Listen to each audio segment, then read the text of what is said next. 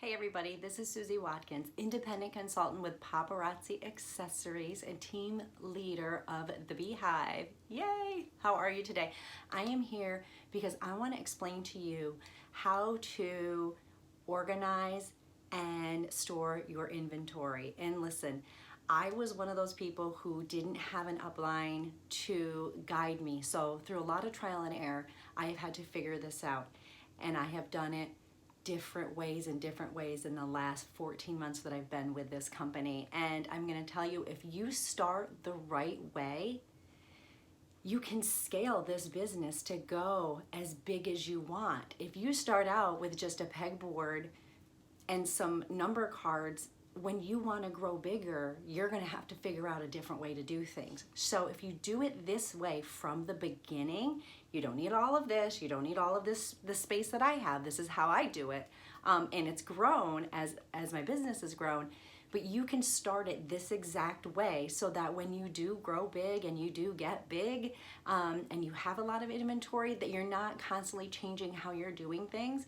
And it makes it really easy for you to be able to run your business and be very organized. So the first thing that I did, and this is just the way that I do it, this is the way that I figured out that works for me. You can take from, and this is actually from this idea is from Lisa Abercrombie, and the next idea I'm going to show you is from Danielle Baker, and a lot of the consultants use the boards. So I mishmashed a bunch of things together to see what worked for me, and this is what I have figured out. So first things first, when you get when you start with Paparazzi, you're going to find that we have necklaces, bracelets, earrings, and rings. We also have children's items and hair accessories. And so what you want to do, I suggest that you do, is that you have categories. Under your necklaces, you're going to have, I have them as black necklaces, ones that have a lot of black stones and whatnot in them, blue necklaces, copper necklaces, brass necklaces, coconut shell wood necklaces, green, gold, gunmetal, rose gold. And so I broke them down into color categories, and I allotted them each numbers. So what that looks like is this. Because when you have to start storing your jewelry and you need to start finding extras if you buy multiples, you're gonna need a system. So my black necklaces go from, they're all of my necklaces SKU numbers, which is the numbers that I put on the back of the necklace so that I can find it in my storage. That's the SKU number. The other thing that you're gonna want to keep in mind is this thing called a UPC, which comes on your jewelry. It's a UPC barcode. All right, SKU numbers are numbers that you make up so that you know where to find your inventory. UPC numbers are barcodes and the name of the product so that you can find it quickly in the Paparazzi website or online, okay? So what I did is I took my black necklaces and I gave them SKU numbers 1000 through 1050. So at any time I could have 50 necklaces that are black. Then I have blue necklaces that go from 1051 to 1101. My brass necklaces are 1102 to 1151. And I went all the way down the list. Black, blue, brass, brown and copper are together, coconut and wood are together, green, gold, gunmetal, orange, pearl, purple, rose gold, there's pink in there too, and yellow necklaces and white necklaces. And each of them got 50. I don't think like yellow necklaces and rose gold and gunmetal all got 50 because I wanted to keep my numbers within the 1000 to 1999. Those are necklaces.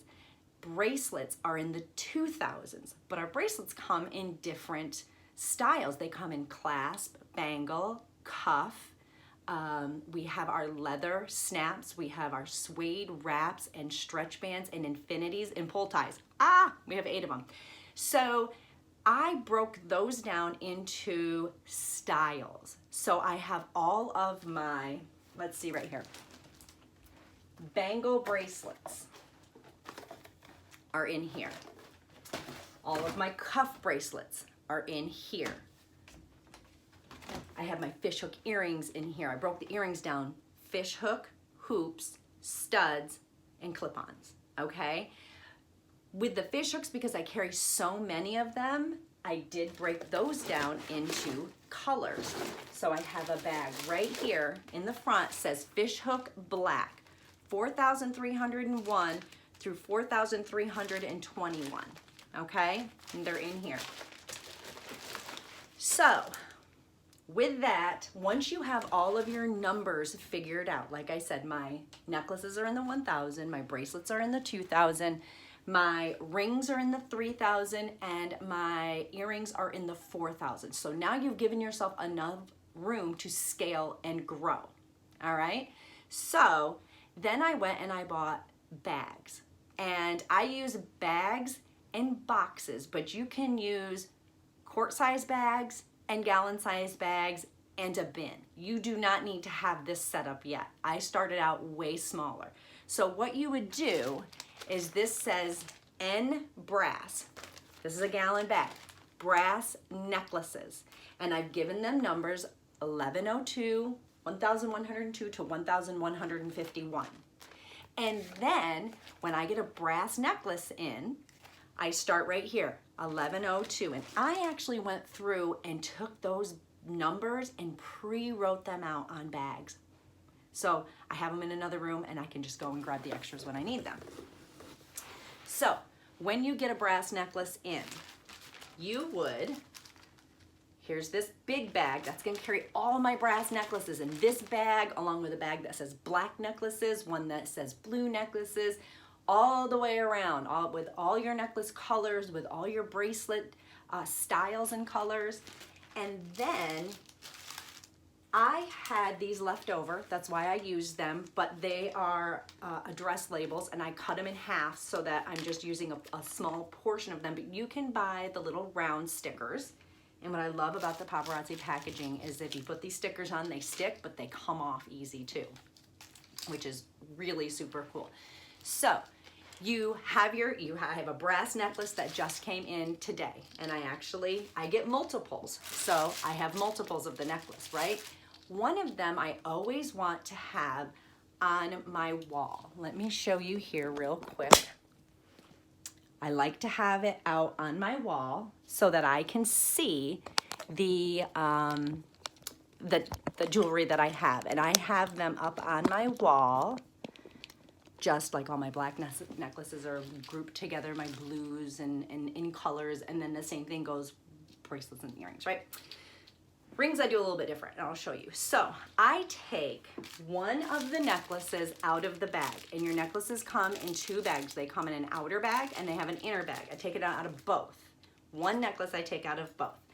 I know the number allotments that I have, and I know what numbers are open, because if I have in my brass necklaces 1,102 to 1,151, and the bags that are 1,102 have necklaces in them, or there's a necklace that has that number on there, I can't use it again, right? Because, well, then it's gonna get confusing.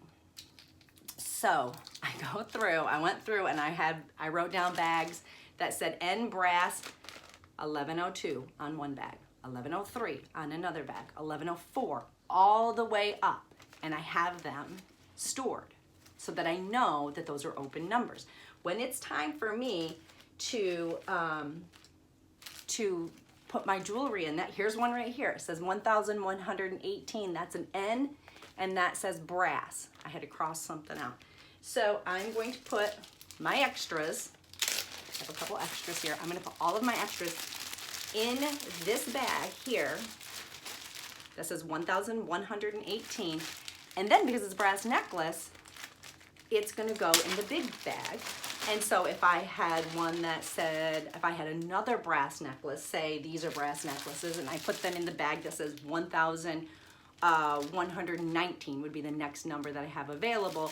These would go in here. So I know that in this big gallon bag are all my brass necklaces, and within the big bag are your actual, this is one style necklace. This is the quill necklaces, okay? So that way you can, and then you can put those bags in a big bin, right? So that's one way that you can do it. And I now have a Shopify site, so it's important for me to have the SKU numbers. Now I'm also gonna tell you it's important for you to have, not the SKU numbers, I'm sorry. It's important for you to have the UPC numbers and the name, because the only way you can find a paparazzi item is to Google the name. Sometimes you can Google the barcode here and you can get them, but it's really hard to go into the paparazzi site and find a piece of jewelry that maybe is out of stock if you need a picture for it because you happen to still have it in your inventory because you haven't sold it. So this is what I do. When I get a piece of, where did that jewelry go? Okay, so I have these in, and I got 4 of these necklaces in. They're brass. I pulled out a brass number from my open numbers, 1,118. I'm going to take a sticker and write 1,118 on it, and I am going to stick that to the back of one of the necklaces. Because remember, the multiples are in the bag that says 1,118 and they're stored away. Then you want to take that outer bag with that UPC, cut off the UPC, being very careful not to mess up your barcode, because I'm going to tell you that if you decide in the future to buy yourself a $20 scanner, you can scan your stuff in and out, which is going to make it so much easier. Take a piece of tape and I carefully tape that UPC barcode onto the bag. This one goes onto my wall. So when I pull this off and I show it, number 1,118, when someone says that they want it, I go into my big bag of brass necklaces, and in there I go through until I find the bag that says 1,118, and they're in there. Pretty cool, right? And I also know that if it has the UPC number on it, taped to it, it's the last one that I have. So it makes it very easy for you to be able to tell if you have more left. There's none in your bag. So I keep the bags. There's the extras. We're gonna put them in here. Super simple, right? Now, I did run into a small confusion thing when I was doing my Shopify. So if I had, say that necklace, 1,118, sold out on my Shopify site, which meant that I have none in my stock here, because your Shopify site or your website where you sell, not paparazzi accessories, / your consultant ID, not the replicated site. This is if you choose to do a Shopify or if you choose to do your own website. What I found was that if it's sold out, what would happen is I would take that number bag, there's nothing in it, and I would put it back in, so the next time I got a brass necklace in, I could put it in and reuse that SKU number, the 1,118. When I went to put it back in there, now we have 2 pieces that say that they have the same SKU number. So I was able to go into Shopify and make it so that when there's 0 left, that a little sold out button comes on, right? So what I do is, because I have such a large range of available open numbers, so for the brass necklaces, I have 50 open numbers, right, that I can use for SKUs.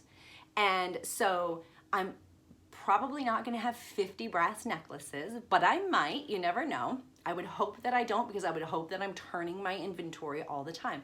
But if some point at a time that I do, I've got 50 numbers. So the ones that have multiple pieces are those numbers, like 1,118 has those necklaces in them, in either the bag or I keep mine in boxes. If there's one piece left and it happens to be hanging on my wall, I actually take that empty bag, because there's nothing in the bag because there's one left and it's on my wall, and I put it into a folder and I just use cheap folders that I had that says one left. So I know that if I go and I pick up a number over there on the wall, a piece of jewelry, and I come over here and it's not in here with an extra piece in it, that number is going to be in here, which means it's the last one, the very last one, and these numbers are all in numerical order. That way I take the bag out, okay?